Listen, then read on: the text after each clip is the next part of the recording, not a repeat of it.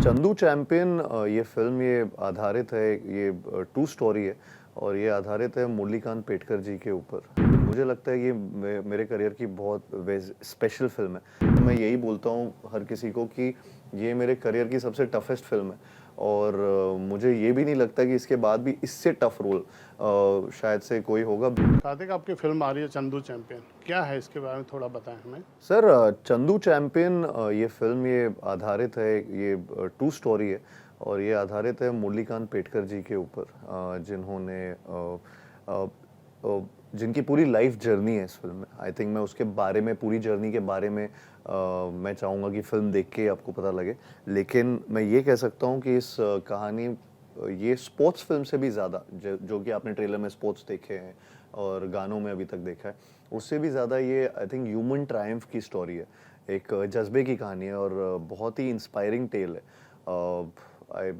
तो मुझे लगता है कि ये बहुत बहुत लोगों को इंस्पायर भी करेगी उनके ड्रीम्स तक पहुंचने के लिए। एंड हाँ, काफ़ी मेहनत लगी है ये चीज़ करने में। यार, जैसा हमें ट्रेलर में भी दिख रहा है, जीरो से हीरो बनने की कहानी है। जी। आपने भी एक छोटे शहर से अपना सफ़र शुरू किया था, आप ग्वालियर से आते हैं। अभी आप मीडिया को लेके ग्वालियर गए भी थे, आपने इस फिल्म का प्रमोशन ग्वालियर से शुरू किया है। जी। साजिद भाई और आप लोग सब थे। जी। क्या रीज़न था आपने इसकी प्रमोशन ग्वालियर से शुरू की? I am very proud of this film. मुझे लगता है ये मेरे करियर की बहुत स्पेशल फिल्म है और मेरे लिए बहुत एक पर्सनल लेवल से मैं इससे जुड़ा हुआ हूँ। जो इनकी स्टोरी है उससे भी मैं कहीं ना कहीं मेरी स्टोरी को भी जोड़ पाता हूँ। तो मुझे लगा कि why not do a trailer launch, या पहली चीज़ जो फिल्म की आती है वो वहाँ से शुरुआत हो जहाँ पे मैंने ड्रीम किया था एक्टर बनने का, मैंने सपना दिया था। And because it's a story, जब आप ये फिल्म देखेंगे तो आप समझेंगे it's like an Indian dream. It's that kind of a story जिसमें हर इंसान अपनी कहानी को ढूंढ पाएगा और रिलेट कर पाएगा। तो सब ड्रीमर्स की कहानी है और तो मैंने जहाँ से ड्रीम किया था मुझे लगा कि शायद वहाँ पे चंदू चैंपियन का ट्रेलर लॉन्च होना चाहिए एंड सबको ये अच्छा भी लगा। तो हम सब, कबीर सर, साजिद सर, सब लोग, पूरी टीम वहाँ पे गई, सारे जर्नलिस्ट, थैंकफुली सब लोग, हम लोग साथ में वहाँ पे पहुँचे और पूरा इवेंट कवर किया। एंड बहुत अलग एक्सपीरियंस था। मतलब मेरे लिए पर्सनली वो बहुत ही होम कमिंग सा था और जिस तरीके से वेलकम हुआ, जिस तरीके से ग्वालियर ने इतना प्यार दिया हम सबको, और तो मैं सबके लिए बहुत बहुत आभारी हूँ इस सब के लिए। एंड या तो ये इसलिए आई थिंक कहीं ना कहीं, क्योंकि वो स्टोरी एक जर्नी की कहानी है तो मुझे लगा वो रिलेटेबल फैक्टर है उस चीज़ का। हमने देखा वो खुशी मनाने लगभग पूरा ग्वालियर स्टेडियम में इकट्ठा हो गया, आपके फादर भी स्टेज पे आए। जी। Feel so proud of you. और इस जी। तरह की जर्नी, मुझे लगता है ऐसी चीज़ों से और लोग भी इंस्पायर होते हैं जो छोटे शहरों से आते हैं। जी। क्या ऐसा था आपका सोचना कि हाँ, और लोगों को भी इंस्पिरेशन मिले? आई थिंक मुझे काफ़ी अलग अलग शहरों से बहुत ऐसे मैसेजेस आते हैं या लोग मुझसे मिलने भी आते हैं जब वो कुछ किसी को कोई कन्फ्यूजन हो रहा होता है कि हम क्या करें हमारे स्पेशली एक्टिंग करियर में अगर किसी को घुसना है तो क्योंकि वो ये रिलेट कर पाते हैं चीज़ से कि मैं भी कहीं बाहर से आया था और ये हम में से एक है, you know, so they relate to this story. तो जब ग्वालियर भी जा रहे थे तो मुझे मुझे उस बात का एहसास है कि उस चीज़ से काफ़ी लोग इंस्पायर भी होते हैं इस चीज़ को लेकर कि हम भी हमारे सपने पूरे कर सकते हैं, हमारे भी ड्रीम्स पूरे हो सकते हैं, बस हार्डवर्क या सेल्फ बिलीफ की ज़रूरत है। और सो सो आई थिंक जब वहाँ पे गया और जब वहाँ पे सबको देखा, जिस तरीके का रिस्पॉन्स वहाँ पे मिला, बहुत ज़्यादा ओवरवेलमिंग हो गया था मेरे लिए, मेरी फैमिली के लिए, बिकॉज और पापा के लिए भी बहुत ज़्यादा ओवरवेलमिंग था उस टाइम वहाँ पे।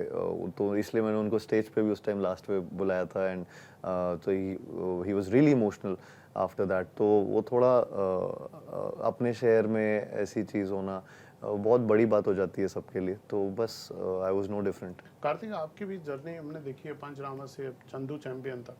अभी आप स्ट्रगलिंग एक्टर नहीं हो, आप सफल अभिनेता हो। अब आप गाड़ियां भी ले रहे हो, घर भी ले रहे हो। जब सबसे पहला व्हीकल आपने खरीदा था, हाँ। क्या आपको याद है आपने क्या व्हीकल लिया था? फर्स्ट व्हीकल क्या था आपका? मतलब मैंने यहाँ पे जो लिया नहीं, था, वहाँ पर वहाँ पे जब आप मेरे कुछ पास एक सन्नी थी। हाँ वो स्कूटी बोलते हैं उसको, वो लाल रंग की थी वो उसको लेके गेड़िया मारने कहाँ जाते थे सब? जब आपने सपने देखे होंगे कुछ बनने के या दोस्तों के साथ जो टाइम पास होता था, बेस्ट जगह क्या थी वहाँ? वहाँ पे मुझे वहाँ पे फोर्ट बहुत बेस्ट लगता था, लेकिन वहाँ पे हम मतलब वो सन्नी ऊपर जा नहीं पाती थी क्योंकि वो बहुत स्टीप था।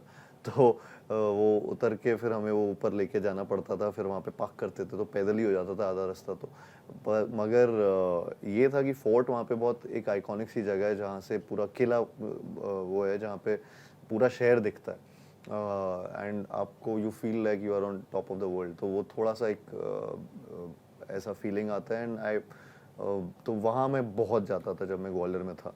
और हाँ मतलब ऐसे दोस्तों के साथ तो काफ़ी मस्ती करते थे और हाँ ये वापस हम फिल्म पे आते हैं। जी। हमने कबीर खान साहब के साथ काम करके कैसा अनुभव रहा, क्या सीखने मिला? और सुना बहुत मेहनत कराई आपसे।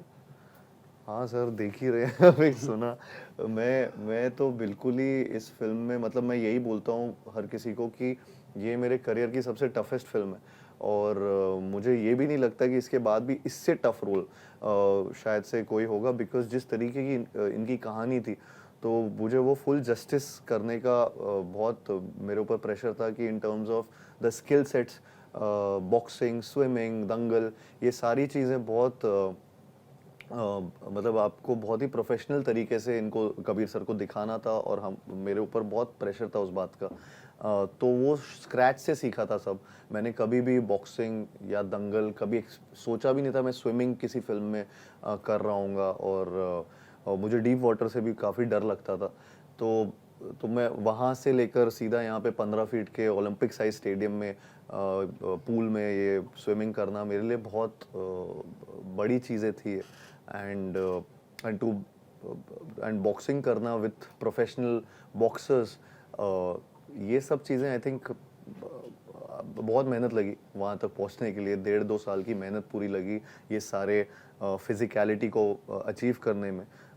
इमोशनली भी काफ़ी इस फिल्म में क्योंकि बहुत पेशेंस चाहिए था इस फिल्म को बनाने में, इस फिल्म के हर लुक को अचीव करने में, बॉडी टाइप को अचीव करने में, स्किल सेट को अचीव करने में। वो जो सीन्स थे वाइल इन द स्पोर्ट्स मतलब अगर मैं स्विमिंग कर रहा हूँ तो उस टाइम क्या इमोशन है, बॉक्सिंग के टाइम पे कुछ फाइट्स में क्या इमोशन, वो while being in that zone और वो जोन इन होके वो स्पोर्ट्स खेलते टाइम मेरे अंदर क्या क्या चल रहा है वो बाहर लाना, वो इमोशन उसी टाइम पे, वो थोड़ा बहुत काफ़ी डिफ़िकल्ट था क्योंकि हम नॉर्मली जब एक्टिंग कर रहे होते हैं तो कई बार ऐसी चीज़ें नहीं कर रहे होते हैं, आप सिंपल सीन्स कर रहे होते हैं और उनकी सिचुएशंस थोड़ी, इसकी सिचुएशन बहुत एक्सट्रीम थी जब ऐसे चीज़ें करनी पड़ रही थी मुझे। तो वो बहुत एंड एनवायरनमेंट फ्रेंडली भी नहीं था क्योंकि चक्कर क्या था कि कड़ी धूप में या दोपहर के टाइम या सुबह से लेकर शाम तक जब हम शूट करते थे तो दंगल वो सॉइल पे शूट करते थे तो वो अखाड़ा जो था उसकी सॉइल जो थी वो मिट्टी एकदम गर्म होती थी जिसमें हम लोग अखाड़े में गिरते थे या फिर वो लंगोटी बस पहने होते थे तो सब लोग उसी में और हमारे पास और कोई तरीका नहीं था वो शूट करने का। तो सर्कमस्टांसेस मतलब हमेशा बहुत डिफिकल्ट रहे इस फिल्म को शूट करते वक्त। तो आपके प्रोड्यूसर साजिद नाडियाडवाला जी का कितना इसमें कॉपरेशन रहा, कितना साथ रहा? बहुत रहा। मैं थैंकफुल हूँ साजिद सर के लिए क्योंकि उन्होंने इतना इस फिल्म को he is nurtured it like a baby and like his own baby and इस तरीके से उस फिल्म को बैक किया है। ही इज़ नेवर मतलब he is always been there for the film and still he is there for the film which I really like about him and I think वो एक फिल्म को not just like a producer but a filmmaker की तरह देखते हैं और इसलिए I think वो आज तक इतने सक्सेसफुल रहे भी हैं मुझे ऐसा लगता है। तो बस लास्ट में अपने फैंस को आप बोल दीजिए ये फिल्म देखने क्यों जाए? मुझे एक्चुअली लगता है कि ये फिल्म एक होलसम एंटरटेनर है और ये सबको इंस्पायर तो करेगी लेकिन ये स्टोरी जो है जिस तरीके की इंस्पायरिंग एस्पिरेशनल या एक ड्रीमर्स की एक जो कहानी है ये हर चीज़ आपको बहुत ही एंटरटेनिंग तरीके से ये कह के चली जाएगी। तो आई थिंक ये एक होलसम एंटरटेनर को आपको देखना चाहिए 14 जून को। बहुत बहुत शुभकामनाएं, हमसे बात करने के लिए शुक्रिया। Thank you sir, thank you. Subscribe to Midday India. Get direct notifications on all our videos by clicking on the bell icon.